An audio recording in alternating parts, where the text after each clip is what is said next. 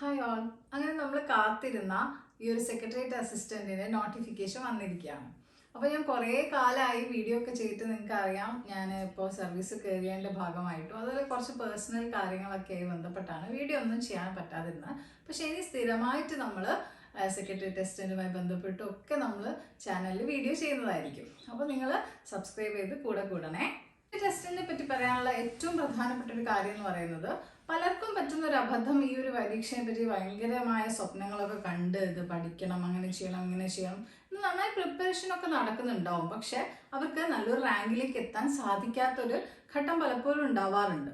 ഇതിന്റെ പ്രധാന കാരണം എന്ന് പറയുന്നത്, ഞാൻ എല്ലാ വീഡിയോയിലും പറയുന്ന പോലെ നിങ്ങൾ മുൻകാല റാങ്ക് ലിസ്റ്റിൽ നിന്ന്, ചോദ്യപേപ്പറിൽ ഞാൻ പറയുന്നില്ല, തൊട്ടു മുന്നത്തെ റാങ്ക് ലിസ്റ്റിൽ നിന്ന് പഠനം ആരംഭിക്കണം. അതായത് കഴിഞ്ഞ റാങ്ക് ലിസ്റ്റിൽ, സെക്രട്ടേറിയറ്റ് ടെസ്റ്റിന്റെ കഴിഞ്ഞ റാങ്ക് ലിസ്റ്റിൽ ഏത് റാങ്ക് വരെ ആളുകൾക്ക് ജോലി കിട്ടി, അത് മനസ്സിലാക്കിക്കൊണ്ട് വേണം നിങ്ങൾ എന്ത് ചെയ്യാൻ, നിങ്ങളുടെ പ്രിപ്പറേഷൻ ആരംഭിക്കാൻ വേണ്ടിയിട്ട്. അപ്പോൾ ഇത് വളരെ പ്രധാനപ്പെട്ടതാണ്. നമ്മൾ കുറേ ക്ലാസ് കണ്ടു, മറ്റേത് കണ്ടു, കുറേ നോട്ട്സ് എഴുതി, അങ്ങനെ കുറേ GK ഫാക്റ്റുകൾ പഠിച്ചു പോയിട്ട് ഇനി കാര്യമുണ്ടോ? പഞ്ചായത്ത് സെക്രട്ടറിയുടെ ചോദ്യപേപ്പർ കണ്ടിട്ടുണ്ടാവും നിങ്ങൾ പല ആളുകളും അല്ലേ? അതിനുശേഷം കുറച്ചൊരു വെളിപാട് പലർക്കും ഉണ്ടായിട്ടുണ്ട്. അപ്പോൾ നമ്മൾ ഫാക്റ്റുകൾക്കപ്പുറം അല്ലേ, കുറച്ചുകൂടി അനലിറ്റിക്കൽ ആയിട്ടാണ് കാര്യങ്ങൾ ഇപ്പം PSC അത്തരം ചോദ്യങ്ങളാണ് ചോദിക്കുന്നത്. അപ്പോൾ ആ ചോദ്യങ്ങളെ ക്രാക്ക് ചെയ്യുന്ന രീതിയിൽ നമ്മൾ പ്രിപ്പറേഷൻ ഒരു ഭാഗത്ത് പോകണം. ഒരു ഭാഗത്ത് പരീക്ഷയെ മനസ്സിലാക്കി വേണം നമ്മൾ പ്രിപ്പറേഷൻ മുന്നോട്ട് പോകാൻ വേണ്ടി. അപ്പോൾ കഴിഞ്ഞ തവണത്തെ സെക്രട്ടേറിയറ്റ് അസിസ്റ്റന്റിന് റാങ്ക് ലിസ്റ്റ് എവിടെ കിട്ടും? പലർക്കും ഇതിനെപ്പറ്റിയൊന്നും വലിയ ധാരണയില്ല. PSCയുടെ സൈറ്റിൽ തന്നെ നിങ്ങൾക്ക് ഇതൊക്കെ അവൈലബിൾ ആണ്. ഫോണിൽ തന്നെ നിങ്ങൾക്ക് ഇതൊക്കെ റാങ്ക് ലിസ്റ്റുകൾ അടിച്ചു നോക്കാം. അതിൽ ഏത് റാങ്ക് വരെ ഇത്ര ആളുകൾ, ജനറൽ കാറ്റഗറി എത്ര പോയില്ലേ, റിസർവേഷൻ കാറ്റഗറിക്ക് എത്ര വരെ പോകുന്നുണ്ട്. അപ്പോൾ ഇത് അനലൈസ് ചെയ്യുമ്പോൾ നമുക്ക് മനസ്സിലാവും, ഒരു 200 റാങ്കിൻ്റെ ഉള്ളിലൊക്കെ വന്നാലേ നമുക്ക് സേഫ് ആയിട്ട് സേഫായിട്ട് സമാധാനമായിട്ടിരുന്ന് ഇരിക്കാൻ പറ്റുമോ, എനിക്ക് അഡ്വൈസ് വരും അല്ലെങ്കിൽ അപ്പോയിൻമെന്റ് ലെറ്റർ വരും എന്നുള്ളൊരു ധൈര്യത്തിൽ ഇരിക്കാൻ പറ്റുള്ളൂ. അപ്പോൾ എനിക്ക് പ്രധാനമായിട്ടും പറയാനുള്ളത്, നിങ്ങളോട് ചാടിക്കേറി ഒരു കോഴ്സ് എടുക്കുന്നതിന് മുൻപ്, അത് ഓൺലൈൻ ആയിക്കോട്ടെ ഓഫ്ലൈൻ ആയിക്കോട്ടെ, കോഴ്സ് എടുക്കുന്നതിന് മുൻപ് ഈ പരീക്ഷയെ മനസ്സിലാക്കുക. അതിൻ്റെ ചോദ്യങ്ങൾ ഏത് രീതിയിൽ മാറി, 3 ഘട്ടമായിട്ടാണ് പരീക്ഷ നടക്കുന്നത്. അതൊക്കെ നിങ്ങൾ മനസ്സിലാക്കിയെന്ന് ഞാൻ വിചാരിക്കുന്നു. പ്രിലിംസ് ഉണ്ട്, മെയിൻസ് ഉണ്ട്, ഇന്റർവ്യൂ ഘട്ടം വരെ ഉണ്ട്. അപ്പോൾ SIയുടെ പരീക്ഷ പോലെ, അതുപോലെ ഈ അടുത്ത് ഏറ്റവും നമുക്ക് കണക്ട് ചെയ്യാൻ പറ്റുന്നത് SIയും അതുപോലെ പഞ്ചായത്ത് സെക്രട്ടറിയുമാണ്. ഈ 2 പരീക്ഷകൾ പോലെ തന്നെ എന്തും മാറിയിട്ടുണ്ട് നമ്മുടെ സെക്രട്ടേറിയറ്റിന്. അതായത് ഇന്റർവ്യൂ ഉള്ളൊരു ഘട്ടം അല്ലേ. മറ്റ് നമ്മുടെ ജനറൽ PSCയിൽ വരുന്ന വേറെ വിഷയങ്ങൾക്ക്, വേറെ ഇതുപോലെയുള്ള തസ്തികകൾക്കൊന്നും എന്തില്ല, ഇന്റർവ്യൂ ഇല്ല. അപ്പോൾ ഈ 3 ഘട്ടം നമ്മൾ താണ്ടിയിട്ട് 200-ൻ്റെ ഉള്ളിൽ വരാന്ന് വെച്ചാൽ അതൊരു ചില്ലറക്കാരി അല്ല അല്ലേ. അപ്പം അതിന് ഏറ്റവും വേണ്ടത് പരീക്ഷയെ മനസ്സിലാക്കുക എന്നുള്ളതാണ്. കുറേ നോളജ് ഉണ്ടായിട്ട് കാര്യമല്ല, നമ്മൾ സ്ഥിരം വീഡിയോസിൽ പറയുന്നതാണ്. കുറേ നിങ്ങളെ അങ്ങനെ പഠിക്കൂ, ഇങ്ങനെ പഠിക്കൂ, പഠിക്കാനുള്ള ടോപ്പിക്കുകളൊന്നും ഞാൻ വീഡിയോ ചെയ്യാറില്ല. പരമാവധി ഉദ്യോഗാർത്ഥികളെ ബോധവൽക്കരിക്കുക എന്നുള്ളതാണ് ഞാൻ ഈ ഒരു ചാനലിലൂടെ ഉദ്ദേശിക്കുന്നത്. പലർക്കും വർഷങ്ങളായി പഠിക്കുന്ന പലരും ഉണ്ട്, പക്ഷെ പലർക്കും എന്താണ് പറ്റുന്നതെന്ന് വെച്ചാൽ, പരീക്ഷയെ മനസ്സിലാക്കാതെ അവർ കുറേ പഠനത്തിൽ മാത്രം സമയം കണ്ടെത്താൻ ശ്രമിക്കും.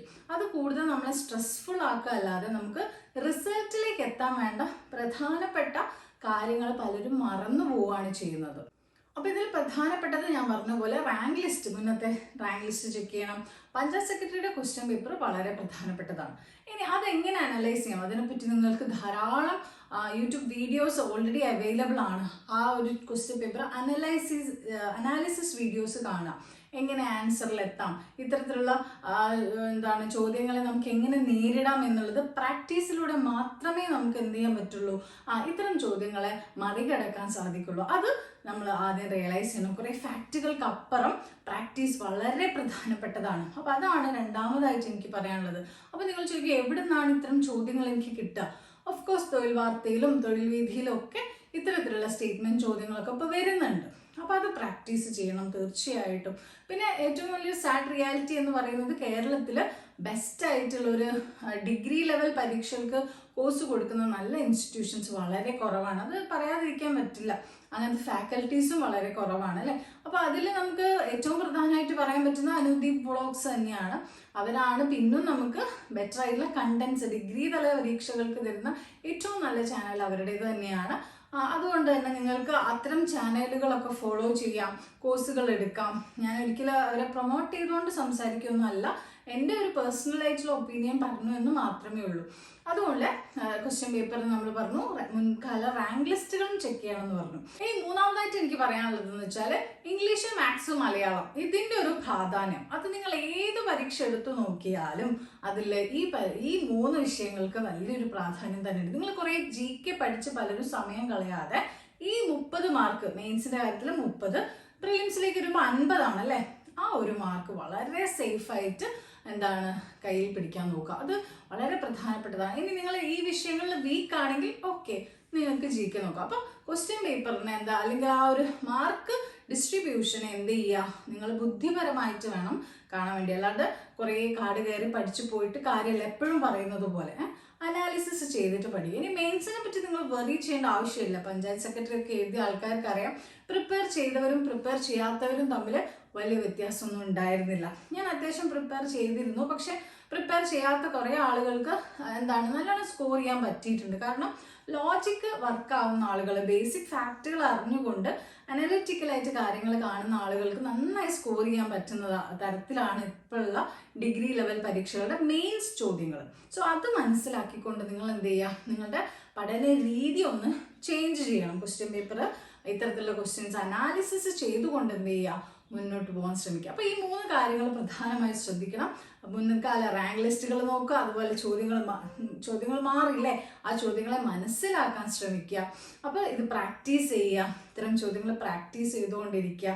അപ്പോൾ അതുപോലെ വാരി വലിച്ചു പഠിക്കാതെ ഓരോ വിഷയത്തിനുള്ള ഇമ്പോർട്ടൻസ് അറിഞ്ഞുകൊണ്ട്, പലപ്പോഴും മാർക്ക് ഡിസ്ട്രിബ്യൂഷൻ ഒന്നും PSC അതേപോലെ ഫോളോ ചെയ്യുന്നില്ല എന്നുള്ളതും നമുക്ക് പഞ്ചായത്ത് സെക്രട്ടറിയുടെ ചോദ്യപേപ്പറിൽ നിന്ന് മനസ്സിലാവുന്നുണ്ട്. അപ്പം കുറേ നമ്മൾ ഭയന്നിരിക്കേണ്ട ആവശ്യമൊന്നുമില്ല, ഇത് ക്രാക്ക് ചെയ്യാൻ പറ്റുമോ അങ്ങനെ ആവശ്യമില്ല. നമുക്ക് എല്ലാ തവണയും ഞാൻ പറയുന്നത് പോലെ തന്നെ നമുക്ക് 100 മാർക്കിൻ്റെ ആവശ്യമില്ല അല്ലേ, കട്ട് ഓഫ് കയറിയാൽ മതി. ഒരു ഡീസൻ്റ് ആയിട്ടുള്ളൊരു മാർക്ക് നമുക്ക് ആവശ്യം മതി. അപ്പോൾ അതിനനുസരിച്ച് പ്രിപ്പറേഷൻ മുന്നോട്ട് കൊണ്ടുപോകാം. ഓക്കെ, അപ്പോൾ അടുത്തൊരു വീഡിയോ ആയിട്ട് കാണാം. ഇനിയും ഞാൻ നിങ്ങൾക്ക് സപ്പോർട്ടീവ് ആവുന്ന രീതിയിൽ സെക്രട്ടറി ടെസ്റ്റിൻ്റെ നല്ല സ്ട്രാറ്റജികളുമായിട്ട് തീർച്ചയായിട്ടും ഇനി നമ്മുടെ ചാനലിൽ വീഡിയോസ് ഉണ്ടായിരിക്കുന്നതാണ്. So stay tune. Thank you for watching.